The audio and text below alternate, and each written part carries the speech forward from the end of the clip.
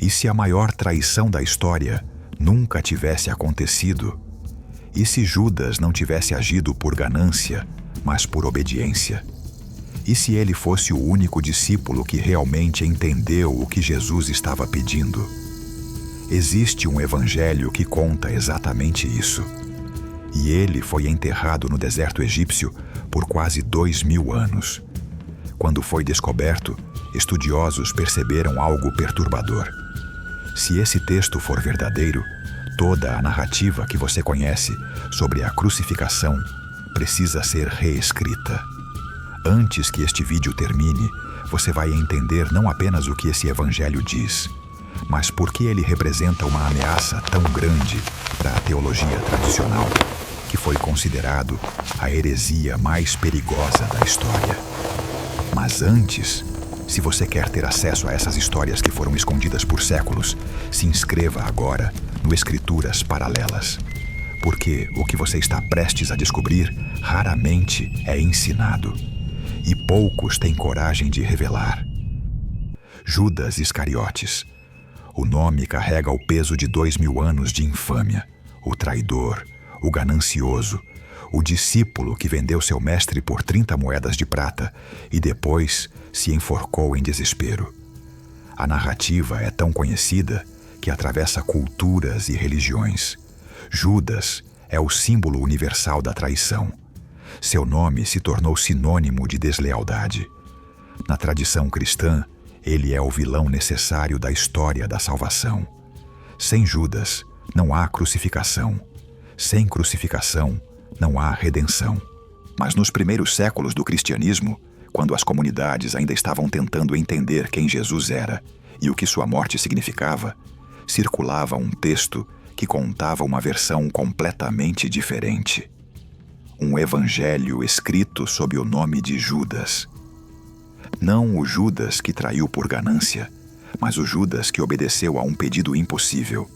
Esse texto desapareceu, foi queimado, foi caçado pelos defensores da ortodoxia e por quase 1700 anos foi considerado perdido para sempre. Até que em 1978, em uma caverna no Egípcio, alguém encontrou um códice de papiro. E dentro dele, 13 páginas que mudariam completamente a forma como vemos o discípulo mais odiado da história. A história da descoberta do Evangelho de Judas é digna de um thriller. O manuscrito foi encontrado por agricultores em uma caverna perto de El Minya, no Egito, durante a década de 1970. Mudou de mãos várias vezes. Passou por traficantes de antiguidades. Foi guardado em um cofre de banco na Suíça por 16 anos, deteriorando-se lentamente. Quando finalmente chegou às mãos de especialistas, em 2001, estava em pedaços. Fragmentos de papiro quebradiço, escrito em copta, um dialeto egípcio antigo.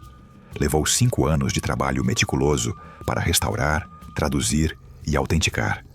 Em 2006, a National Geographic anunciou ao mundo: o Evangelho de Judas era real. E o que ele dizia era impossível de ignorar. Estudiosos da antiguidade cristã, como Elaine Pagels e Bart Ehrman, examinaram o texto e confirmaram.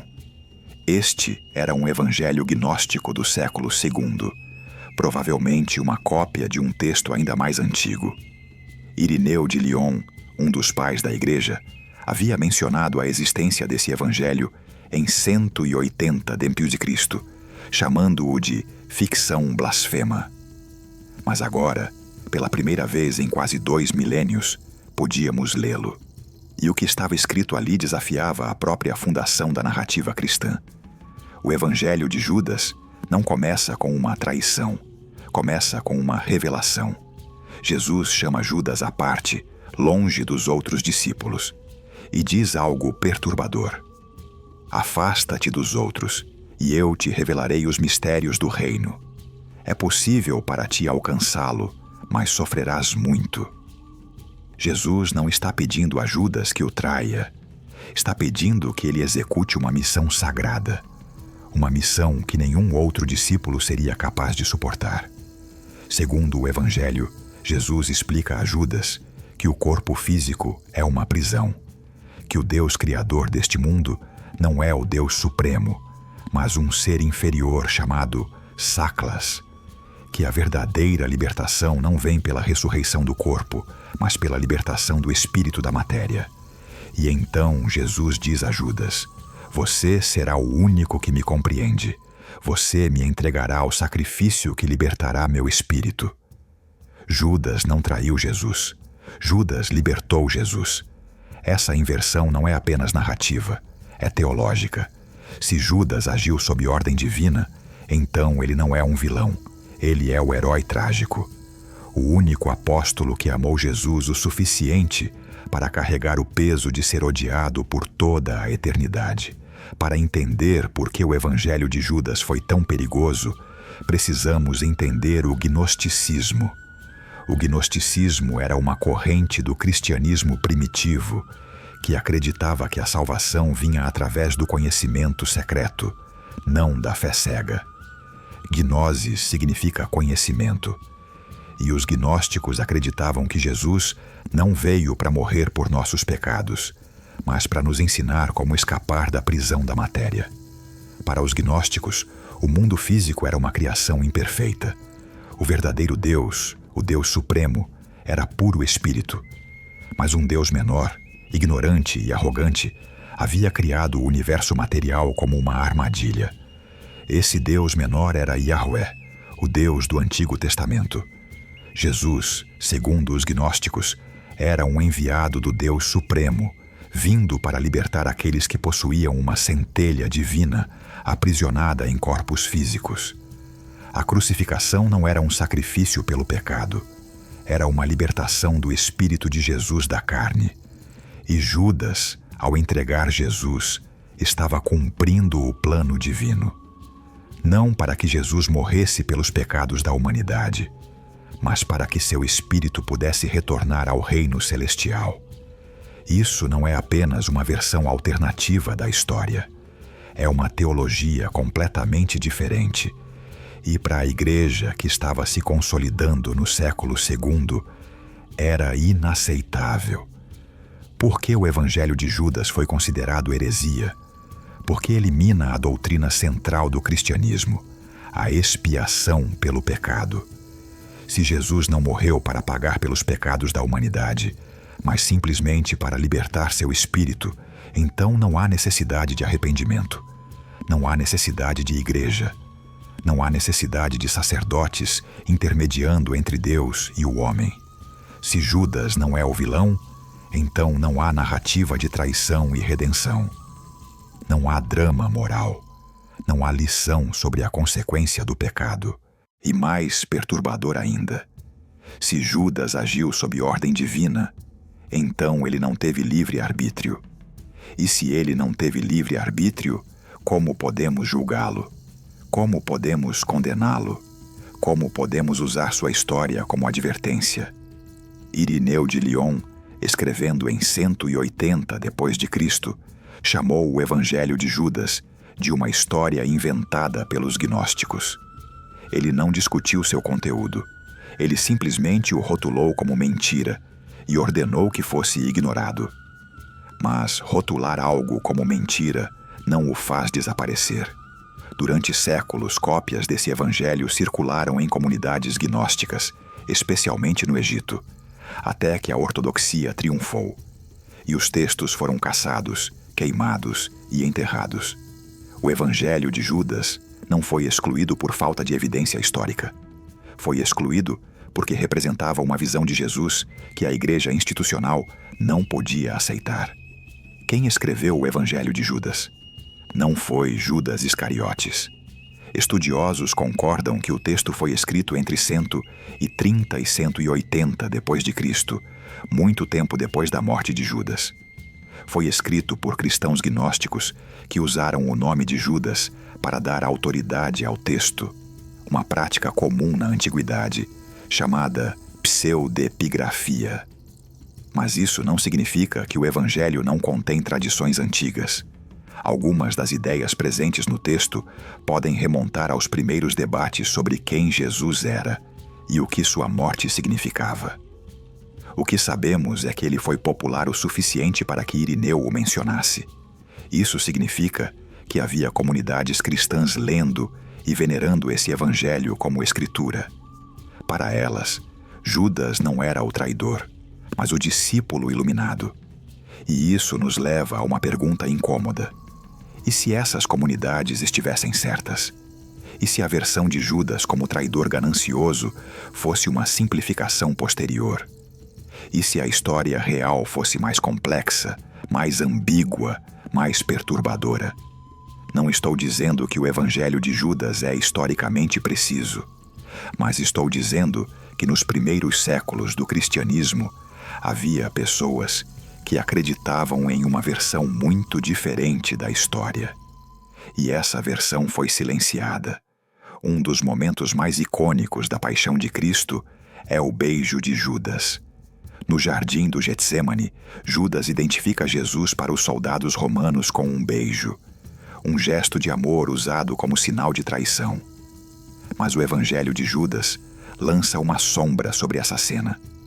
E se o beijo não fosse traição, mas despedida? E se Judas soubesse exatamente o que estava fazendo e por quê? E se aquele beijo fosse o último ato de amor de um discípulo que aceitou carregar o peso do ódio eterno para cumprir a vontade de seu mestre? Nos evangelhos canônicos, Jesus diz a Judas: "Faça o que você veio fazer." Essa frase sempre foi interpretada como resignação. Mas e se fosse permissão? E se fosse confirmação? O evangelho de Judas não nega que Judas entregou Jesus, mas reinterpreta o motivo. Não foi ganância, não foi possessão demoníaca, como Lucas sugere, foi obediência a um pedido impossível. E isso muda tudo. Se Judas foi obediente, então sua morte não foi suicídio por remorso, mas sacrifício por dever. Se ele cumpriu a vontade de Jesus, então ele não está no inferno, mas talvez ao lado do Mestre que serviu até o fim. Essa inversão não é apenas narrativa, é uma revolução teológica que a Igreja não podia permitir. E aqui chegamos à pergunta que não pode ser ignorada. Quem decidiu que o evangelho de Judas era heresia? Não foi Deus, foram homens, bispos reunidos em salas, séculos depois dos eventos que estavam julgando. Homens com agendas teológicas, políticas e institucionais. Irineu de Lyon, que condenou o evangelho, estava lutando contra o gnosticismo porque via nele uma ameaça à unidade da Igreja. Ele precisava de uma narrativa clara, simples, que pudesse ser ensinada a todos. Uma narrativa onde o bem e o mal fossem óbvios, onde Judas fosse o vilão e Pedro fosse o herói. Mas a realidade dos primeiros séculos do cristianismo era muito mais caótica. Havia dezenas de evangelhos circulando. Havia comunidades que veneravam Judas, outras que veneravam Maria Madalena, outras que seguiam Tomé. Não havia uma versão oficial. A versão oficial foi criada. Foi construída através de debates, exclusões e, em alguns casos, violência. Textos foram queimados. Comunidades foram perseguidas. E o que sobreviveu foi o que os vencedores quiseram que sobrevivesse. O evangelho de Judas não foi excluído porque era falso. Foi excluído porque era perigoso, porque questionava a narrativa de poder que a Igreja estava construindo. E isso nos força a perguntar: quantas outras histórias foram silenciadas? Quantas outras vozes foram apagadas? Quantas outras versões de Jesus existiram e desapareceram? Agora imagine, apenas por um momento, imagine se o evangelho de Judas tivesse sido aceito no cânon do Novo Testamento. Se tivesse sido lido nas igrejas ao lado de Mateus, Marcos, Lucas e João. Como seria o cristianismo hoje? Primeiro, não haveria vilão na história da crucificação. Judas seria venerado como um santo, talvez até mais importante que Pedro. Haveria igrejas dedicadas a ele, ícones pintados em sua homenagem, orações em seu nome. Segundo, a teologia da expiação seria completamente diferente. Se Jesus não morreu para pagar pelos pecados, mas para libertar o espírito da matéria, então a salvação não viria pela fé em seu sangue, mas pelo conhecimento dos mistérios que ele ensinou. A igreja não seria uma instituição de salvação, mas uma escola de sabedoria. Terceiro, não haveria necessidade de intermediários. Se a salvação vem pelo conhecimento direto, cada pessoa seria responsável por sua própria iluminação. Não haveria sacerdotes com poder especial. Não haveria hierarquia eclesiástica. O cristianismo seria radicalmente descentralizado. Quarto, a Páscoa teria um significado completamente diferente. Não seria a celebração da ressurreição do corpo, mas da libertação do espírito. A cruz não seria um símbolo de sacrifício pelo pecado, mas um símbolo de libertação da prisão material. Quinto, Judas não seria o nome que você dá ao seu pior inimigo. Seria o nome que você dá ao amigo que te ama o suficiente para fazer o que ninguém mais faria. Mas nada disso aconteceu, porque o evangelho de Judas foi enterrado, e com ele, uma versão inteira do cristianismo desapareceu. O que sobreviveu foi a versão que servia aos interesses da igreja institucional. A versão onde havia autoridade clara, hierarquia definida e uma narrativa de pecado e redenção que justificava o poder sacerdotal.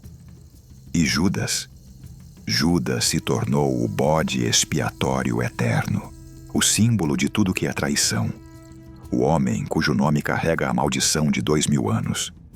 Mas em um códice de papiro, escondido no deserto, outra história sobreviveu. Uma história onde Judas não é o vilão, mas o herói trágico, o discípulo que amou demais, o homem que aceitou ser odiado para que seu mestre pudesse ser livre. E essa história, mesmo enterrada, nunca morreu completamente. Isso não significa que o evangelho de Judas é mais verdadeiro que os evangelhos canônicos, mas significa que a história é muito mais complexa do que nos ensinaram. Judas pode ter sido o traidor ganancioso que a tradição descreve, ou pode ter sido algo muito mais ambíguo, alguém que fez uma escolha impossível por razões que nunca entenderemos completamente.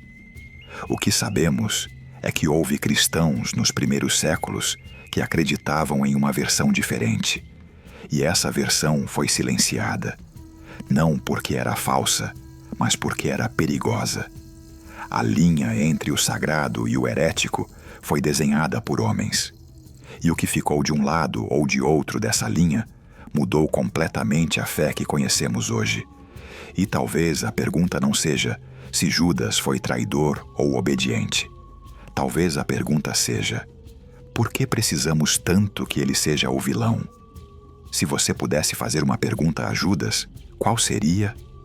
E se você quer entender mais personagens que foram mal interpretados pela história, o próximo vídeo vai revelar a mulher que foi apagada da liderança da igreja primitiva. Uma discípula que viu Jesus ressuscitado antes de todos os outros, mas cujo evangelho foi enterrado junto com sua voz. Se inscreva em Escrituras Paralelas para não perder o próximo capítulo dessa investigação. Porque a história do sagrado é muito maior do que te contaram, e você merece conhecer a versão completa.